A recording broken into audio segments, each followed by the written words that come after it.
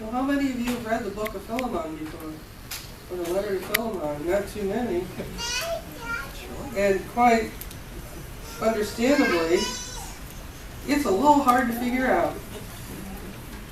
It is a little hard to figure out. It is the shortest letter of Paul in the New Testament. And it is, as far as we know, the only uniquely private letter in the sense that it is written to an individual. And even though in the typical kind of Paul's opening, grace and peace to you all, blah, blah, blah, and he names a few other people in the whole church that is the congregation that does church in Philemon's home. They had home churches in the first century. That's how church started. And but if you read the letter, it's not really to them. It is really a personal letter from Paul to Philemon. And that's unique in the New Testament. We suspect it was written between 55 and 61 in the Common Era, or what we now call it was called AD when we were growing up. Now it's called CE, the Common Era. But about what that would make it around 20 plus years after the death of Christ. Because we know at the time it was written, Paul was in prison. We suspect from the gist of the letter that Philemon was a leader in the church of Colossia. Paul, we don't think, had met him necessarily in his preaching. And yet he is called a dear friend and co-worker. We know he had to have been wealthy because his home was large enough for church to take place there, for regular meetings to be held there. Probably most significantly, and you may have gotten this from this letter and you may not have, he was a slaveholder. And Onesimus was his slave. And that is the reason we have this personal letter being written on behalf of this slave. Because he was a runaway slave. And so, as a Christian, Onesimus is bound to repay what he took. And the reading suggests that he defrauded Philemon, either taking money with him or defrauding him in some other way, we don't know, but that's certainly implied, and Paul says at one point, I will pay back anything he owes. And so we know that about their relationship. We also know that slavery was relatively common in the first century, with 35 to 40% of the population in the Greco-Roman world, in Greece and Rome, slaves. And yet some preferred being enslaved to the alternative, which was death. Although in slavery, sometimes death was the reality. We know that according to law, a master could treat his slaves as he chose.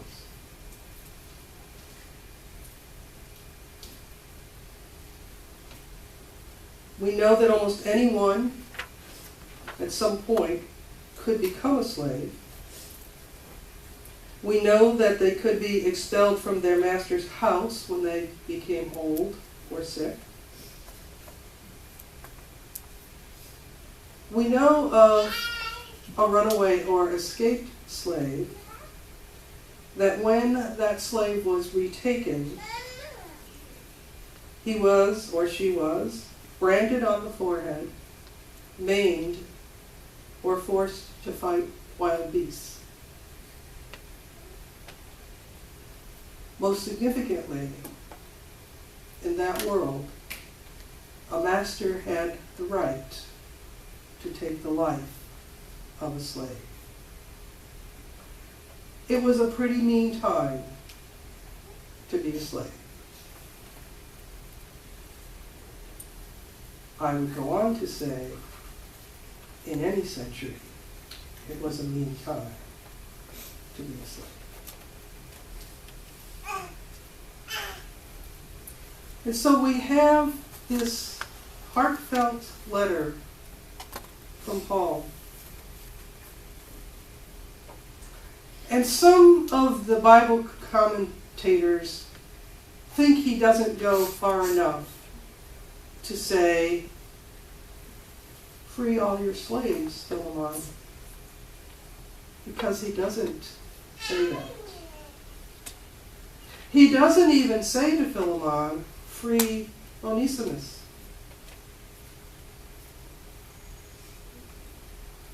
What does he ask Philemon? He asks Philemon to take back and forgive, and not to harm. Not this slave, but this person. And Paul appeals in a very personal way. He says to him, he has become a son to me. He is of my own heart. He is my own heart. And he says, as Linda read, he doesn't force him or command him to do the right thing. He invites him to do the right thing, to be in right relation. And slavery was not, and never is or was, right relation.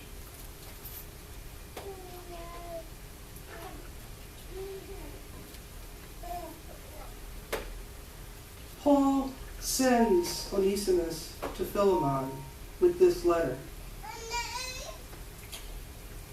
and the hope that right relation will happen. There is no guarantee. Who is the person of faith, if not Onesimus, who takes the letter and returns, knowing what the law decrees could be his fate? There are other commentators that give Paul a little bit of a pass on this, as they give him a pass when he says, wives, obey your husbands.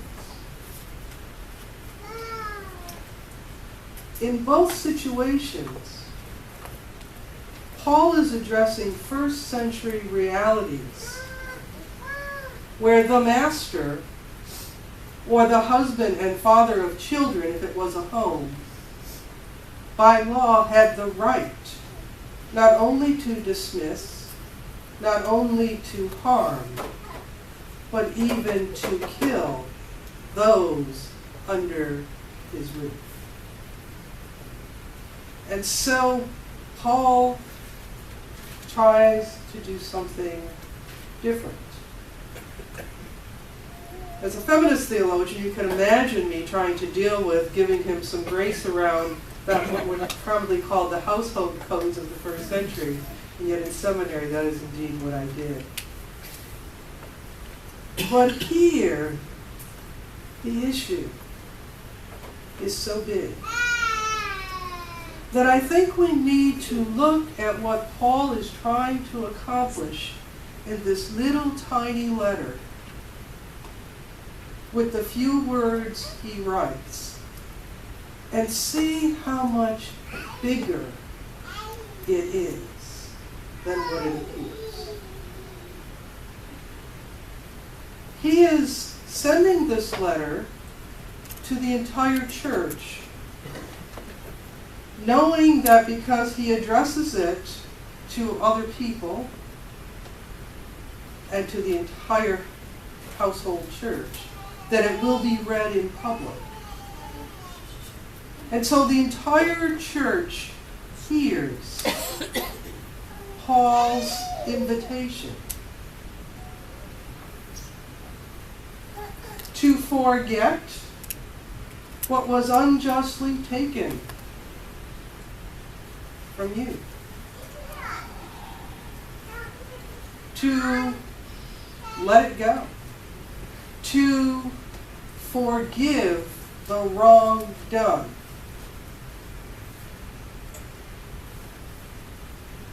and to live in right relations, where you go to another person and you make right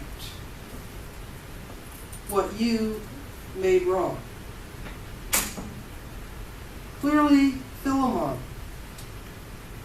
as a slave holder and a slave master, was not in right relations. But Paul, being the pastor that he was, takes him where he finds him and moves him to some new place of thinking and being and acting. He could have commanded him to free and to forgive the debt of Onesimus. But he asks something much larger. Because here's what I think. If someone calls you and in your heart you know you are not in right relationship with one person, and you get yourself in right relationship with that person, your own heart will call you to get yourself in right relationship with all persons. If we look with different eyes, if we understand the first century context, Paul is asking much more than take care of this man. And so this letter comes to us on this day in September, when there's so much violence around us in our city, in our state, in our country, in our world. At First United, there was a prayer vigil against gun violence. Same day. 4 young men were tied up, 4 young women were raped. Because someone had a gun and could force people into relationships of violence, to situations of violence. Last week we were given this little handout from the United Church of Christ. I don't know if you read yours or not, but I read mine. I thought, oh, I could have written that better. And at the top of it, it says, imagining another world is possible.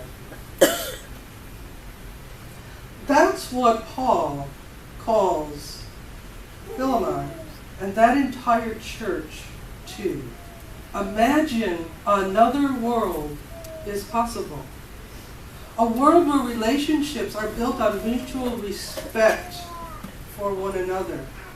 Where there is no hierarchy. Where the persons at the top can do what they want to the persons at the bottom.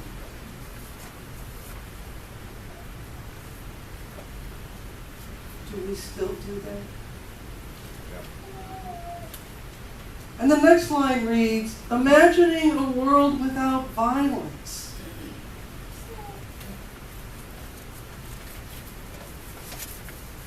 I've taken this pretty personally because the letter to Philemon was meant to be personal.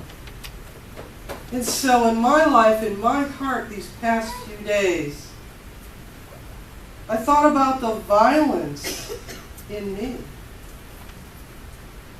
The violence that when it seeps out or leaps out, because it does both sometimes, in my words or my disregard for someone else's need. What a ripple effect that has throughout the universe.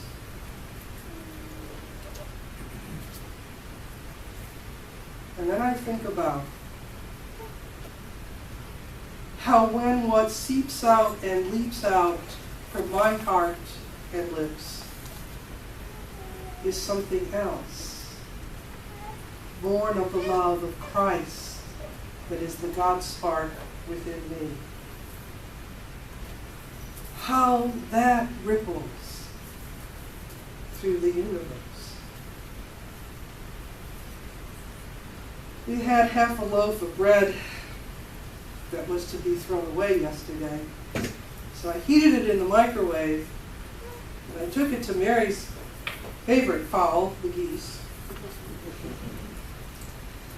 You know, vegetarians get accused of a lot of stuff.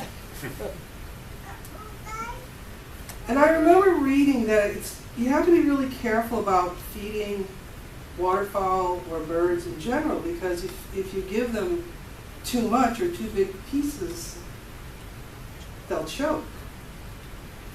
So I am creating the most minuscule pieces of breadcrumb you can imagine from half a loaf of bread.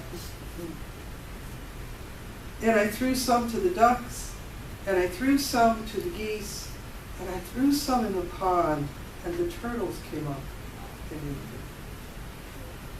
it. And I could see the ripples in the pond. Imagine the tiniest crumb of love. Whatever that physically is for you. A word, an action, a deed. So carefully prepared and given so that some other creature is revered by you the same way you are revered by the God who created you. This is now the time in today's service when we share God's love and peace with one another. May the peace of Christ be with each of us. Jump up, it's the hug fest.